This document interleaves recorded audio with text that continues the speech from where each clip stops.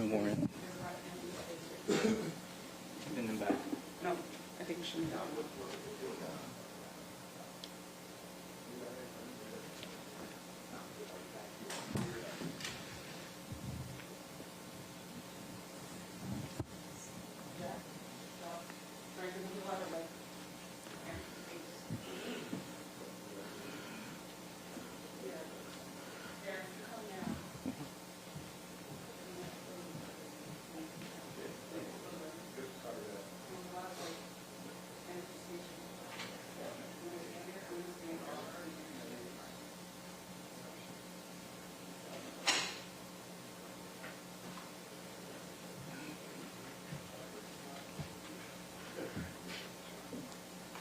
Is everything's fine? Everything's fine? Balance?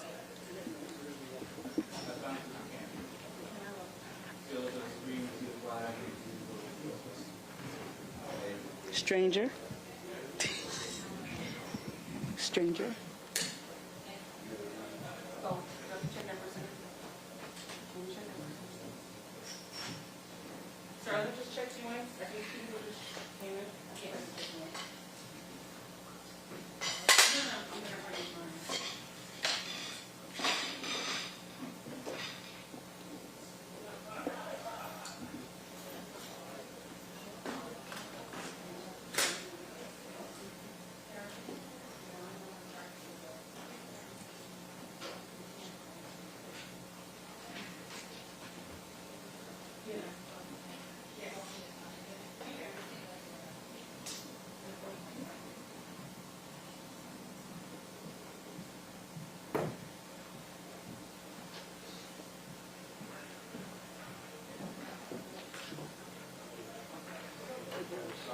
Yeah.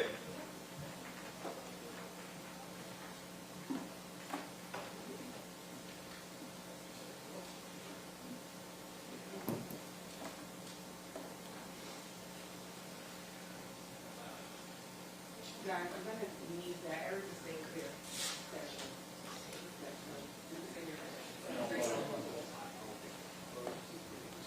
Yeah, thank you, sir. Thank you.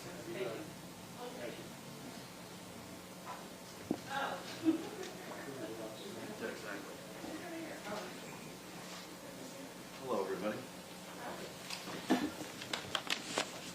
Sure, this is exactly what you wanted to be doing on a Sunday night.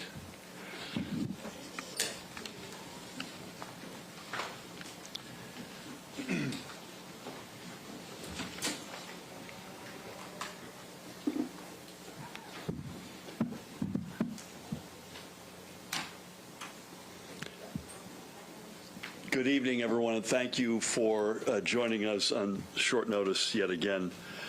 This evening, as you probably have seen, I am delighted to report that NJ Transit and the Brotherhood of Locomotive Engineers and Trainmen, BLET, have reached a tentative agreement.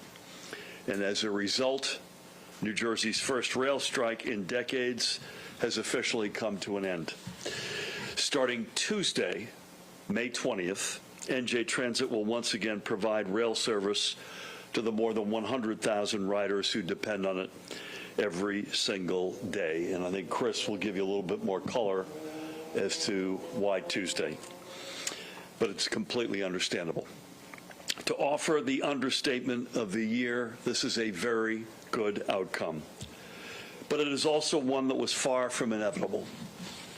So first and foremost, I want to thank the guy to my right, the exceptional President and CEO, NJ Transit, Chris Calori, along with his entire extraordinary team, many of whom are represented with us today. This is a team sport, and it doesn't, as good as this guy is, it does not get done without extraordinary efforts by this group to my left and their colleagues. They have poured hour after countless hour into reaching an agreement that is both fair to NJ Transit's employees while also being affordable for our state's commuters and taxpayers. And they have proven once again why New Jersey is the quintessential organized labor state. Even in the midst of a seemingly intractable situation, Chris and his colleagues never gave up on providing our locomotive engineers the raises they have earned, while also ensuring that our public transit system remains accessible and affordable. Now, I am not going to dive into the specifics of the agreement at this moment.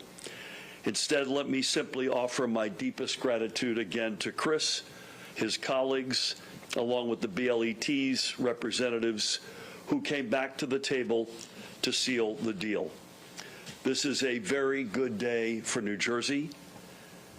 And the sound that you probably hear is the sound of our state's commuters breathing a collective sigh of relief. So now it's time to get NJ Transit back to full speed for our commuters and riders, and to continue building on our progress in fixing NJ Transit for the thousands upon thousands of New Jerseyans who rely on it every single day. And thank you. With that, please help me welcome this week's MVP, the CEO of NJ Transit, Chris Calori. Chris, congratulations. Thank you, Governor. Thank you so much, Governor. I want to first thank you for your extraordinary leadership. We would not be here but for your calm wisdom and direction as we were in the negotiating room.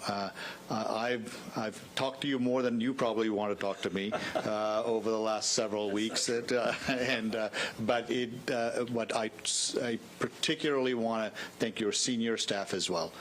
They were available to us day and night, many times in the middle of the night when we needed direction, and they gave it, and I'm grateful for them too.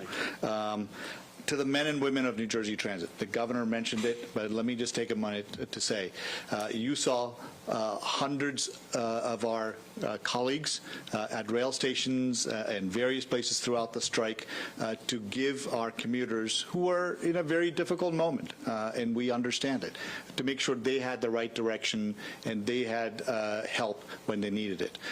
But I also want to recognize the thousands of our staff members who are invisible to the outside world, but were working hundreds of hours collectively to make sure we positioned our pre-strike events correctly, and they will now help us get the rails ready for opening on Tuesday.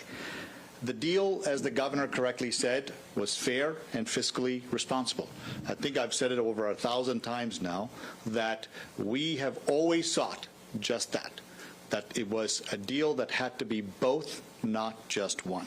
I want to thank Tom Haas, the general chairman of BLET, and Mark Wallace, the president of the International, for negotiating with us in good faith to get us to this point. I think we are particularly gratified that we were able to find a solution that meets the needs of the customers and our employees, and more importantly than all of it, the taxpayers of New Jersey. The deal itself reflects a series of concessions that came together by way of a work rule that will eventually end up paying for this fair wage that the unions have asked for. And I am so pleased that that effort did not go unrewarded, and that's why we are here today. I won't get into any more details because it would not be right. I think it is now the union's job to go back and brief their members and put the agreement up for a ratification vote. I want to just briefly talk about our plan going forward. Tomorrow morning, we will implement our contingency plan that we had in place for buses. That means our train lines will not still work. They will start working Tuesday morning, as the governor said. But what we will spend tomorrow doing is make sure all our 4 park and rides that we talked about and our supplemental bus service we've talked about, they will all be operational along with our light rails. The one favor that our riders can do for us one more time is, if you can work from home, please do that tomorrow so we can move essential employees through the system and for their place of work for one day, and Tuesday morning we'll be back in business. I also want to remind our riders that Amtrak, PATH, the ferries, and the light rail all continue to work just as they've been doing since Friday. And let me finally thank the 350,000 riders to whom we are so grateful, because we understand that the strike, just like it was not of our choosing, it was not of their choosing, but they really gave us the space to do our job and to make sure we do it as well as we could under the circumstance. I promise you, we are now going to work from tonight till Tuesday morning to get the rails operational so we can get everybody back to a sense of normalcy. Governor, thank you again. Thank you, Chris. Thank you, sir. Thank you, man. And reiterate one point you made in particular. If both employers and employees tomorrow could please give us one more day of work from home, that would be a huge, huge boost. The park and ride locations are Secaucus, PNC Bank Arts Center, Woodbridge, and Hamilton. That's right. Those are the four big ones. And details on all of the above can be found on NJ Transit's website. Take any quick questions if you have them, please. We have been here before. What makes it different this time in terms of the union members ratifying this contract? Yeah, I don't want to speak for the union, obviously, and I'm thankful it takes, yeah, we have to pass the mic. Sorry. Martell, is that you? Nice to see you, kiddo. So the question was, why is it different this time? What has changed such that we think that the union would go ahead and ratify it? I don't want to speak for the union. I do want to thank them again for coming back into the table with Chris. And the National Mediation Board was there today as well, and we want to give them a shout out and thanks. Again, I'll let Chris answer as it relates to the details, but there's a real feeling that we landed in a really good place. You could argue we thought that before, I understand that, but this time it really does feel that way on both sides of the table. Again, I can't speak for the union, nor would I attempt to, but I'd say based on our side of the table, a high degree of confidence this will sail. But Chris, I'd ask you to put any color on that. Sure.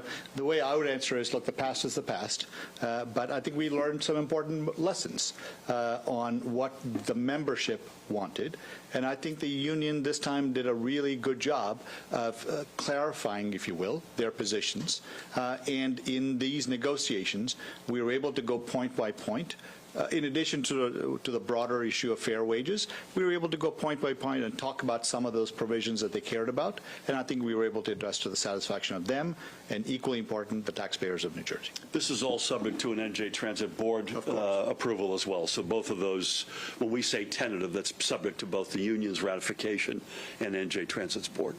How are taxpayers affected? How will it affect the taxpayers? Yeah, the taxpayer, from my humble opinion, is a winner here because Chris was able to land. We've been pounding away on this point. It has to be fair for the locomotive engineers, but it also has to be fiscally acceptable to NJ Transit and indirectly, therefore, for taxpayers. This is you may have heard me talk last Thursday night about a range between something that we could manage our way through that was single-digit millions or maybe double-digit millions of an impact versus nine-figure impact. And we were able to land, I should say Chris and his team were able to land this in the right neighborhood as it relates to taxpayers and the fiscal question. Anything you want to add to that? You're good. Mark, Hello. nice to see you, buddy. Hey, how are you? Long Good to see time. you. How much will this strike cost New Jersey Transit? Chris, I don't have a off the top of my head. We had estimated it to be $4 million a day. So, look, and I want to say this to you. Money is a very important metric, as the governor said. He and I are almost obsessed with how much we spend on these kinds of things. But our first priority was to make sure we provided the service the commuters expected. And I think we did that. And now we will spend a look at what we've spent and true up our expenditures and see where we go. You know, we talked about Friday's commute when we were anticipating it Thursday night. We also were in the midst of Shakira 1, and we had both Shakira 1 and 2 quite successfully executed. And I want to again give Chris and the whole team a huge shout out for that. Sir, sorry, we got to bring the microphone over to you. Thank you. We have been hearing over the last couple of days that from both sides that you all were close. There's maybe a little disagreement. I know you guys don't want to go into details about the deal, but could you, give us an idea of some of the hurdles you guys were able to overcome, even if vaguely? Yeah, just as a general comment, I'll ask Chris to come in on more specifics. We were close. We were close Thursday night. I think we mentioned that. But we couldn't get that second objective met on Thursday night, and the fiscally responsible element of this. And again, thanks to Chris and his great team, we were able to, over those 72 hours, run that to ground. But Chris, why don't you jump in with any other details? I'd say, look, these agreements are inherently very complex. Right? It's not just we present sort of the headline of fair wages and fiscally responsible, but informing those two principles are extraordinarily complex set of provisions that have to make sense, not just for today, but for the future. So frankly, it's just a lot of it is going through line by line, word for word, to make sure that everybody's intent is correctly captured and reflects what we wanted to come out of it. Thank you. Ma'am. Hi, Christy. Martel, you should consider Cirque du Soleil, by the way, after these press conferences. I need like a pillow. And yeah, just wanted to make sure, just because I know people will be frustrated. They're just like, oh my God, why can't the trains just be running already? Any sort of explanation just as to what's going to be happening over the next 24 hours? You said starting tonight into Tuesday, and anything about cross-honoring? Just want to make sure no changes. So when you hear some of the reasons why, you're going to understand, you and I hope the folks out there listening will understand this is the right, sensible plan, but Chris will walk you through some of that. Sure. Look, from the very start, we've tried to be calm, methodical about everything we did. Planning for the strike, executing our plan during the strike, and now coming back into service. There are several things that have to happen in order to make sure the railroad works properly. We have to pre-position the equipment. We have to do safety checks. We have to make sure that the engineers who now have officially concluded the strike or soon to conclude the strike are now called into work and to make sure that they are now, their schedules are all matched up with where they need to go. This is an extraordinarily complex operation. We run hundreds of trains a day, and so we have to make sure all the equipment is where it needs to be, all the safety inspections have been done, all the track inspections have been done. So one thing that we will not do, and I'm so glad the governor trusts us to execute this in the way that we think is appropriate. We will never compromise the safety of our riders. For us, it is better to get it right and do it methodically than to rush and try to meet some artificial deadline and get it wrong. And we will not do that. Amen. It's also worth noting in the post-COVID world, we're not making light of anybody's commuter headaches because we feel their pain. Monday is the second lightest day after Friday. So getting ourselves organized for the big three, Tuesday, Wednesday, Thursday, is another element here. Sir. What was the moment like when you realized you had found common ground? Good question. I will tell you, we were communicating almost every minute, and it was a great feeling for me. I can only imagine how it was for Chris. Well, when I called the governor first and told him that I just signed, and I think both of us were, to say the least, very happy, and I may have shed a tear. We'll leave it at that.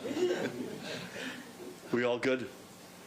Again, deep thanks, everybody, for coming out on short notice on a Sunday night, no less. This is a good result for labor. It's a good result for NJ Transit. It's a good result for our commuters and taxpayers. Chris, congratulations again to you and your team, to the union representatives as well at BLET, and we'll see you out there on the rails and buses. Thank you all. Thank you. Congrats. Mrs. Murphy.